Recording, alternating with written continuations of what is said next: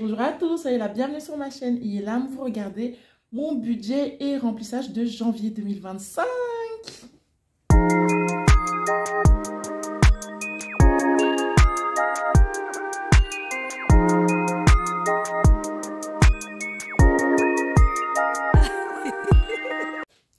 Bonjour à tous et à tous, j'espère que vous portez à merveille. Moi ça va très bien. Aujourd'hui on se retrouve pour une vidéo budget et remplissage du premier mois de l'année 2025 déjà. Avant de commencer, je tiens à vous remercier de tout cœur de votre présence sur ma chaîne et à vous souhaiter une excellente, vous voyez ça vient du cœur, excellente année 2025. Je vous souhaite beaucoup d'argent, beaucoup de bonheur, beaucoup d'amour. Et sans amour on fait rien dans la vie. Beaucoup d'amour, la santé aussi. Je vous souhaite vraiment tout ce que vos cœurs désirent. Je souhaite à ce que vos projets se réalisent. Et puis voilà, je ne sais pas trop quoi dire d'autre. Donc, on va tout de suite commencer par le plus gros budget de ma chaîne. Voilà. Je pense que je vais mettre la luminosité au max pour que vous puissiez voir. Je vais mettre aussi ne pas déranger. Et on est prêt à démarrer donc avec le budget de janvier 2025. Avant de commencer, on va remettre un peu les choses dans leur contexte. Là, ça va être le plus gros budget, je pense, que j'ai eu à faire de toute ma chaîne. Mais ça s'explique par deux raisons. Première raison, j'ai démissionné de mon job étudiant à la Poste. Parce que ça fait quand même un certain temps que je ne suis plus étudiante. Et bah, il faut passer à autre chose dans la vie. Hein. Donc maintenant, fini les jobs étudiants officiellement. Je suis trop contente. Et donc voilà, ce sera le solde de tout compte de la Poste. Deuxième chose, j'ai aussi terminé mon CDD là où je travaillais jusqu'à présent. Donc, solde de tout compte de là aussi. Comme c'était un CDD, forcément, ça veut dire ils m'ont payé le salaire du mois de décembre, les congés payés que je n'avais pas pris et 10% de prime de précarité. Donc, nécessairement, le montant est plus élevé que d'habitude. Pas que je m'en plaigne, hein. Pas que je m'en plaigne. Absolument pas. Mais c'était juste pour replacer un peu voilà, les choses dans leur contexte et vous expliquer pourquoi on va arriver sur ce type de montant.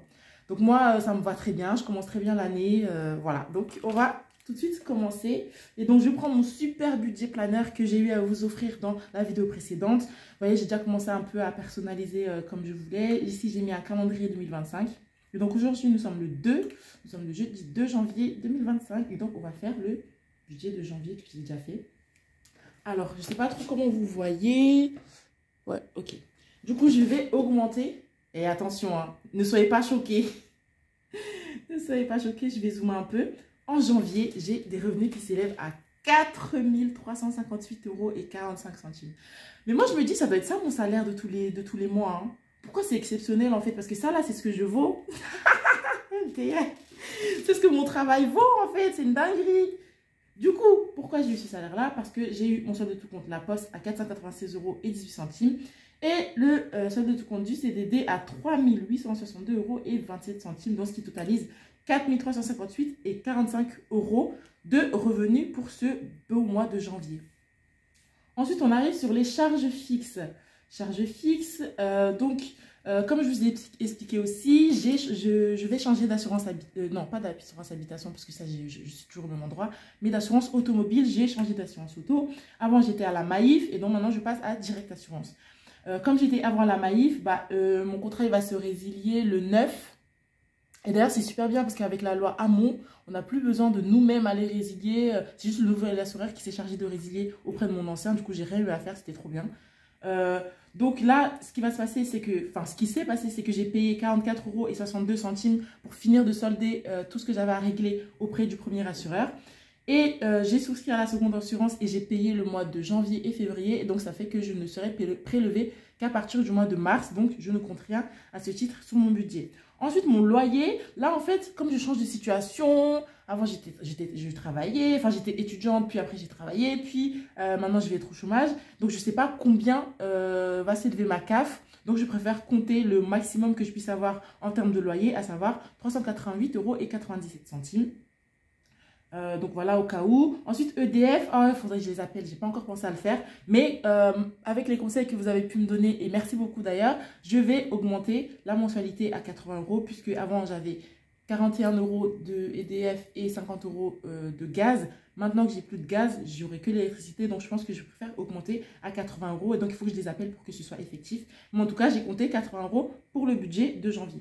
Ensuite, la salle de sport toujours, 21,99 €. La Poste Mobile 39,34. Pourquoi? Parce que bah, j'ai été à Zurich. Je ne sais pas si je vous l'ai dit, mais j'ai eu à faire un voyage de fin d'année et je suis partie à Zurich pour Noël. Et donc, grande fut ma surprise lorsque j'arrive et que j'active les données mobiles. Et moi, je savais pas, je m'étais pas renseignée d'habitude sur ça parce que, enfin, habituellement, quand je m'en vais, bah, je reste toujours dans l'Union européenne en tant que telle. Et donc, bah, au niveau de mon opérateur, ça change rien, quoi. Juste, ils me disent bienvenue dans tel pays, voici les conditions d'utilisation de votre forfait, etc., etc. Et puis, je continue ma vie comme si de rien n'était. Là, cette fois-ci, j'arrive. Et puis, la Poste Mobile m'envoie un petit message et tout. Et là, je vois hors forfait de 30 euros. Attends, parce que moi, j'ai un hors forfait maximal de 30 euros. Ça veut dire qu'au-delà de ça, ils ne vont pas pouvoir me prélever plus, ils vont juste tout bloquer, quoi. Donc, c'est ce qui s'est passé. Dès que je suis arrivée à l'aéroport et qu'il a fallu que... parce que j'avais réservé un taxi de l'aéroport jusqu'à l'hôtel. Et donc, pour pouvoir retrouver le taxi... Enfin, en plus, il était en retard. Du coup, s'il avait été à l'heure, je n'aurais pas activé mes données mobiles. Du coup, il avait là, son téléphone là, avec mon nom dessus, il le mettait comme ça. Donc, moi, je suis là, je tourne, je vois le nom des gens, je ne vois pas mon nom. Je me dis, mais dinguerie, du coup, j'active les données mobiles et tout. Je commence à voir pour le contacter. Bon, bah, il bloque tout. Finalement, je mets le wifi de l'aéroport, donc tout ça pour ça. Pourquoi je suis en train de vous raconter tout ça, en fait, on s'en fout? Ah, si. Je suis en train de vous raconter ça, tout ça parce que bah, j'ai atteint le hors forfait maximal de 30 euros et donc 9,34 € qui constitue mon forfait habituel. Voilà, tout ça pour ça, je sais pas pourquoi je suis partie en train de vous raconter ma vie, mais bon. Voilà. Et ensuite, la psy, 120 € à raison de 2 séances par mois, 60 € chacune. Et donc, c'est ce que j'ai budgétisé ici. Et donc, on arrive à un total de charges fixes de 694,92 €. Et il reste 3662,53 €. Ensuite, on arrive sur les charges variables. J'ai mis 200 € en alimentation, 200 € dans l'argent de poche. Jusqu'ici, en fait, je pense que ce qui a un peu causé mon débordement de fin d'année, on va appeler ça comme ça, c'est-à-dire que le fait que je me mette juste à dépenser, c'est que j'avais pas assez d'argent sur mon argent de poche. Du coup, ça fait que je dépassais ce budget-là et donc j'étais obligée de piocher dans d'autres catégories. Là, cette année, on va commencer doucement avec 200 € d'argent de poche. Je pense que c'est raisonnable. En tout cas, c'est plus, ça correspond davantage à ce que je me suis retrouvée à dépenser ces derniers mois. Donc, on va tester 200 €. On va ajuster en fonction des mois si c'est plus ou moins nécessaire ou pas. Ensuite, Gianni, donc ma voiture, 200 € aussi. Et l'essence, ça coûte tellement cher. L'essence, ça coûte tellement cher. Ah! Et dites-vous, j'utilise pas tant que ça ma voiture parce que quand je travaillais, j'allais en semaine. Bah, toute la semaine, je partais travailler en bus ou en tram parce que c'était beaucoup plus pratique comme ça. Et c'est seulement le week-end ou lors de mes soirées en semaine que j'utilisais ma voiture. Donc assez peu finalement. Mais même avec ça, le budget de 200 €, mais je le dépasse. Je sais pas si c'est juste ou si je le dépasse à chaque fois. Là aussi, c'est quelques ajustements que je dois venir faire. Mais voilà, l'essence, ça coûte tellement cher. Ça coûte trop cher, vraiment. Du coup, 200 € pour ça. Et après, l'enveloppe order, parfait. Pareil, pardon, ça reste à 20 €. Ensuite, là, comme j'ai eu à définir mes nouveaux objectifs pour 2025, j'ai notamment noté de faire la passerelle du permis de conduire. Parce que moi, j'ai passé en 2023. Ouais, j'ai passé... Oh là là, votre go, elle commence à être une ancienne maintenant. J'ai passé en 2023 mon permis de conduire et je l'ai passé en boîte automatique. Et comme je me suis acheté une boîte automatique dans la foulée, bah, j'ai pas vraiment ressenti la nécessité de venir faire la passerelle pour conduire une boîte manuelle. Sauf que là, voilà, on redéfinit les objectifs de l'année, tout ça. Je me dis, c'est quand même bien. C'est quand même un plus de pouvoir avoir le permis aussi en boîte manuelle. Parce qu'on ne sait jamais si je suis amenée à louer une voiture, si je suis amenée à avoir une voiture de fonction, etc. Il me faudra pouvoir conduire une manuelle aussi. Donc, j'ai prévu 100 € parce qu'avec les nouvelles règles du CPF, je pense qu'il faut participer à hauteur de 100 €. Et le reste, ils prennent ce qu'il y a sur le CPF. Donc, c'est pour ça que j'ai préféré, dès le premier mois de l'année, budgéter ça. Comme ça, je suis tranquille. Donc, j'ai prévu 100 € à ce titre sur mon budget. Et la dernière charge variable que j'ai eu à planifier, c'est les cotisations sur mon compte Crédit Agricole qui s'élèvent à 2 € par mois, soit 24 € à l'année. Et donc, je les ai mis dessus et puis je les ai transférés sur le compte y afférent. Ce qui fait que pour les charges variables de janvier 2025, elles s'élèvent à 744 € tout court. Voilà. Et donc, ce qui fait qu'il me reste... Je suis choquée, j'ai tellement d'argent. Et j'aime trop mes problèmes. Hein. Vraiment, 2024, c'est l'année où j'ai commencé à avoir des problèmes très intéressant. J'aime beaucoup ça. Genre, le dernier problème que j'ai eu à avoir, par exemple, c'était qu'est-ce que je fais de mon argent de mon CSE. C'est pas des beaux problèmes, ça. Et c'est trop chic. Les problèmes qu'on aime. On aime. Oh là là. Et là maintenant, donc il me reste 2900 euros et 2919 euros et 53 centimes. Et donc on évolue sur les investissements.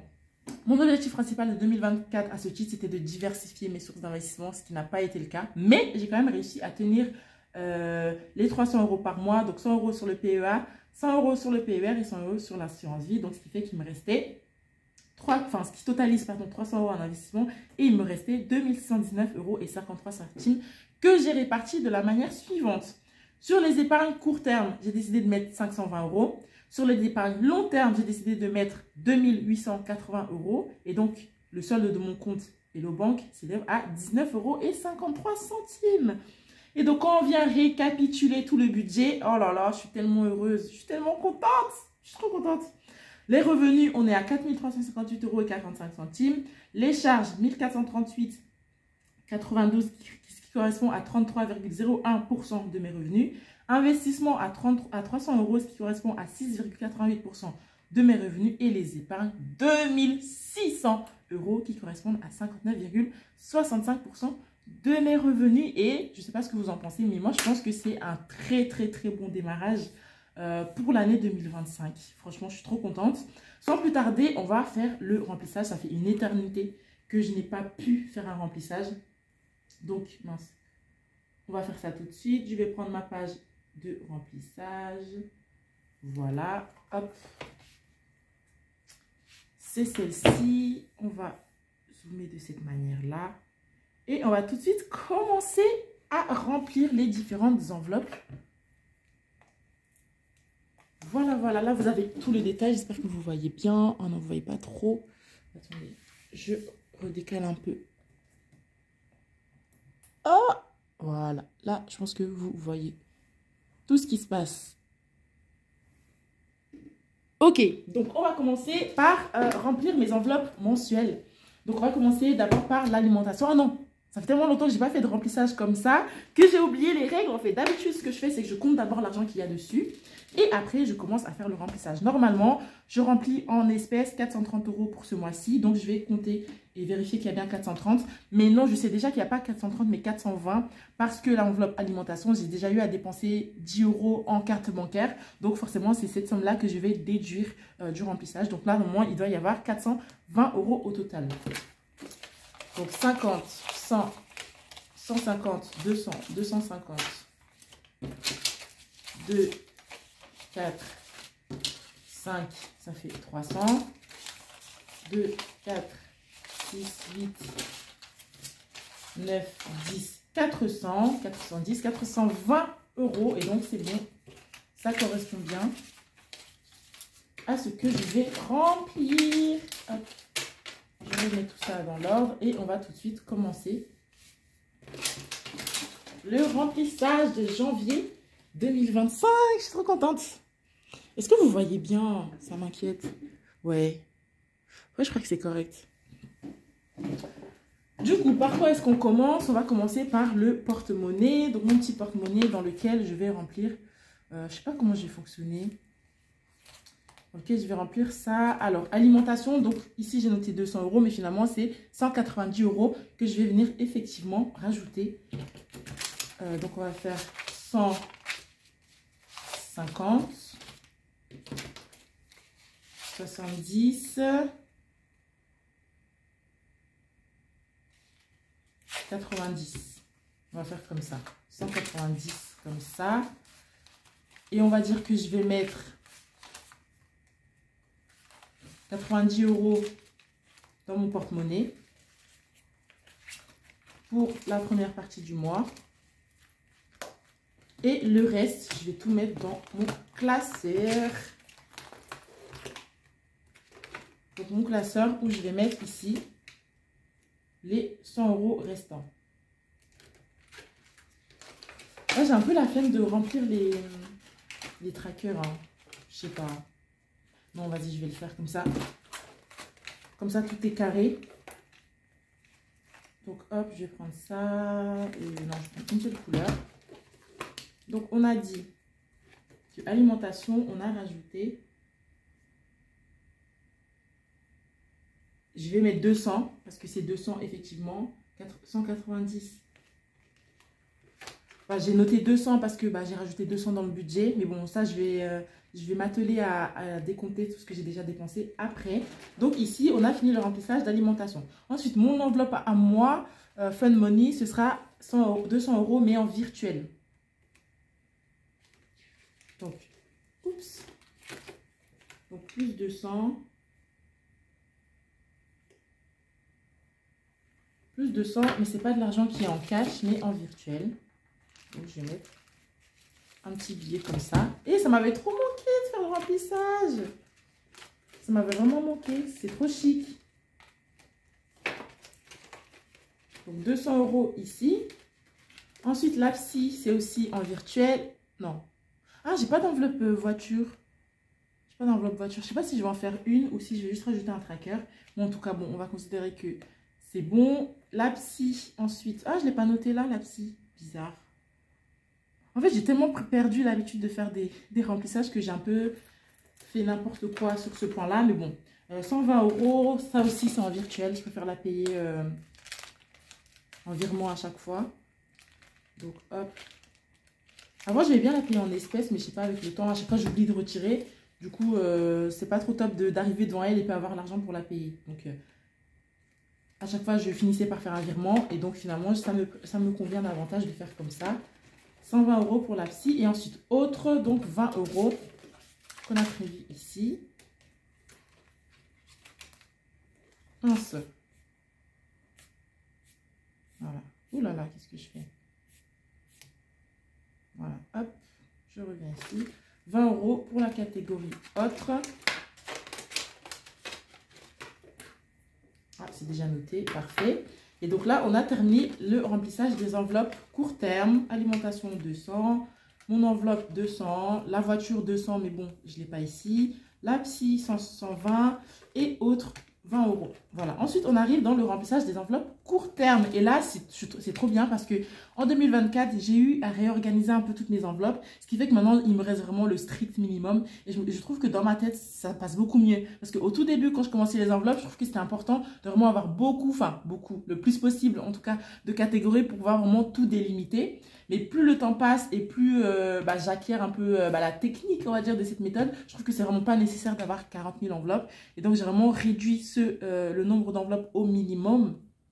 Et donc, je trouve que je m'en sors beaucoup mieux. Et ce qui fait que pour la première fois depuis bien longtemps, je vais pouvoir remplir toutes les enveloppes sans aucune exception. Donc, on commence au court terme avec mon enveloppe personnelle où je vais rajouter 70 euros. Comment est-ce qu'on fait ça? Parce que là, j'ai déjà 30 plus 70, ça nous fait 100 euros. Ok, ça nous fait 100 euros. Et donc, est-ce que je ne remplirai pas avec les deux derniers billets qui me restent? Je pense que je vais faire ça. Je vais mettre 100 euros comme ça. Parce qu'en général, cette enveloppe-là, je l'utilise quand je vais me faire coiffer, quand je vais faire mes ongles et tout. Donc, à chaque fois, c'est quand même des montants qui dépassent 50 euros. Donc, ça ne me dérange pas de mettre des gros billets ici. Ensuite, on arrive dans les achats en ligne.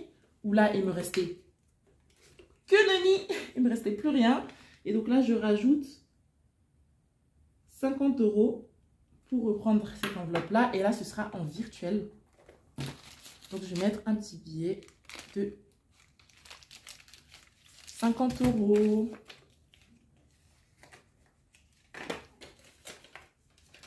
Ensuite, famille. Ça faisait un bon moment aussi que je n'avais pas pu remplir cette enveloppe-là. J'ai prévu 260 euros. Et là, on est déjà à 40. Donc, plus 260, ça fait 300. Ça fait 300 euros dans cette enveloppe-là. Il me semblait que j'avais rajouté 20 euros en plus. Ouais. Je sais plus. Si, il me semblait que j'avais rajouté 20 euros. Mais bon, je vérifierai ça hors caméra. Donc, pour l'instant, on va s'atteler à mettre 300 euros et puis on verra. Donc, je rajoute 260 sur les 40 euros déjà existants, ce qui nous monte à 300 euros dans l'enveloppe famille qui est une enveloppe virtuelle. Donc, je mets l'argent en virtuel comme ceci. Donc, 200, 300 dans l'enveloppe famille.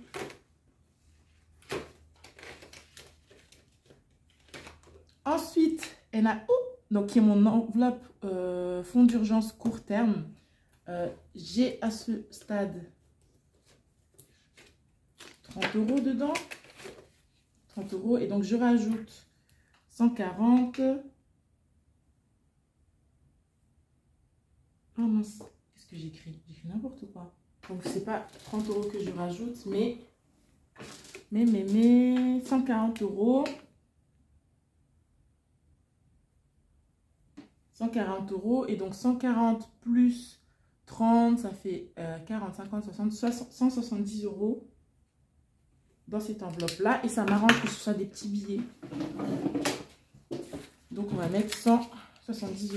Donc 20, 40, 60, 80, 90, 100, 110, 120, 130, 140, 150, 160, 170 € dans l'enveloppe fonds d'urgence court terme, pardon. Et on a fini le remplissage des enveloppes court terme. On arrive maintenant dans les longs termes. Et j'ai pas du tout rempli cette enveloppe cette année. Et ça m'a pas empêché de faire, je sais pas, 4 ou 5 voyages que j'ai fait. Mais bon, c'était pas bien parce que je prélevais sur d'autres enveloppes et je faisais un peu des petits arrangements. C'est pour ça que je veux recommencer à remplir cette enveloppe-là pour ce poste de dépenses précis. Et donc, j'ai décidé de mettre 300 € dedans pour le premier mois de l'année. Donc, 300 € dans l'enveloppe voyage. Hop.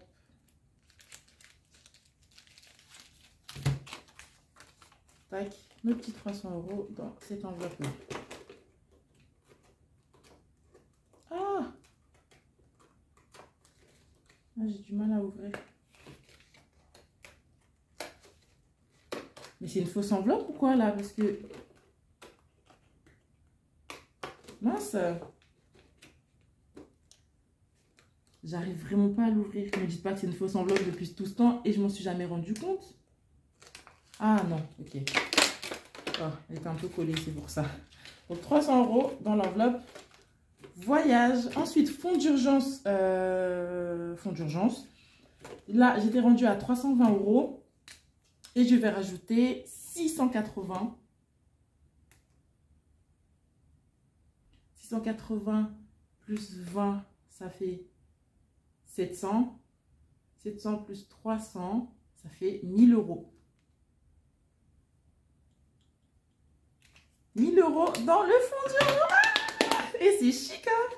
1000 € dans l'enveloppe fonds d'urgence. Trop bien. Trop bien. Donc, je vais tout de suite mettre mon faux billet de 1000. Et c'est génial. Hop, dans l'épargne de précaution. Ça part. Ensuite, on arrive dans le projet IMO. Et là, j'avais déjà au cours de l'année 2024 atteint l'objectif, donc le plafond de GLP de 10 000 €. Donc là, je ne remplis rien. Sauf qu'entre-temps, il y a eu les intérêts qui ont été versés sur ce compte-là. Et il s'élève à un bail de 397 €. Je vais vous afficher ça sur l'écran. 397 €, je pense. Ce qui me fait, hop, je vais arrondir à 300 €, enfin à 3 € près. Non, 2,86 € même, je crois. 2,86 € près. Bon, voilà, on va arrondir à 400 €. Et ce qui fait que je suis rendue dans l'enveloppe projet IMO à 10 000 € et 400. 10 400 € dans l'enveloppe projet IMO. C'est trop bien! Je suis trop contente. Et donc, on termine ainsi le remplissage des enveloppes long terme. Vous voyez, il y en a à peine 4. C'est tellement beaucoup mieux. Tout ce qui est voiture, tout ça. Qu'est-ce que j'ai fait là? J'ai pas mis l'argent ici? Au fond d'urgence? En fait, j'ai sauté des étapes là. Je sais pas ce que j'ai foutu, mais on va reprendre. Donc, voyage, j'avais bien mis 300 €. 200 plus 100, 300. Fonds d'urgence, je pense que j'ai rajouté un billet à tort ici. Voilà, donc fonds d'urgence. On est à 1000 €. Là, épargne de précaution. Voilà, j'avais sauté cette enveloppe-là. Épargne de précaution où il y avait que dalle. Et là, je mets 1100 €. Oh mince. Je sais pas ce que j'écris.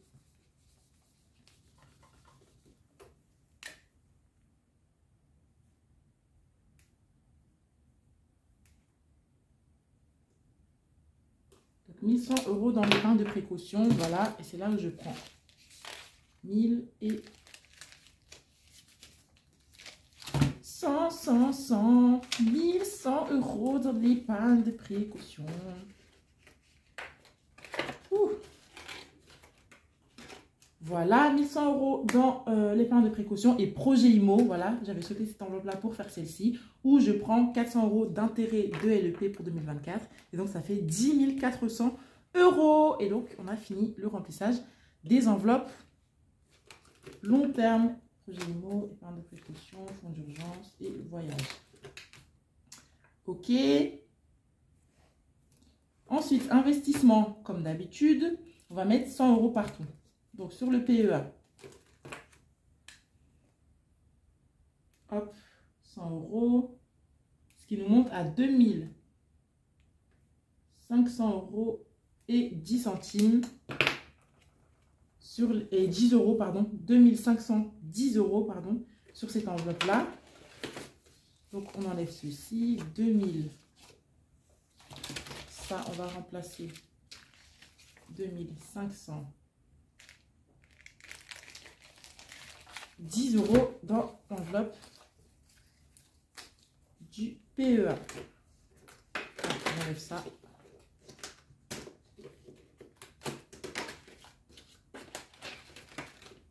Oups. Ensuite, on arrive dans l'enveloppe du PER.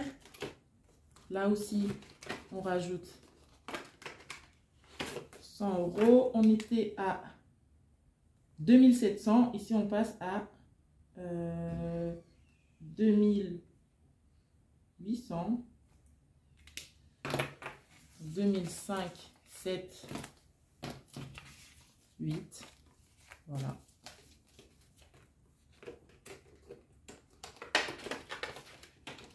Et l'assurance vie, pareil, on rajoute 100, on était rendu à 3300, waouh. Et donc, on passe à 3400 € dans cette enveloppe-là. 1, 2, 3, 2, 4.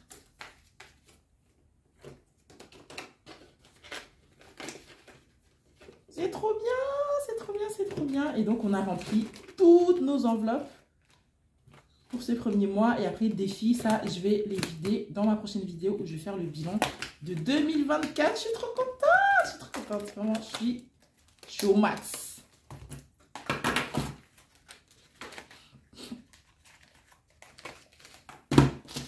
Donc voilà, j'espère que le premier budget de 2025 a été aussi intéressant pour vous. Je vous souhaite qu'il ait été encore plus même.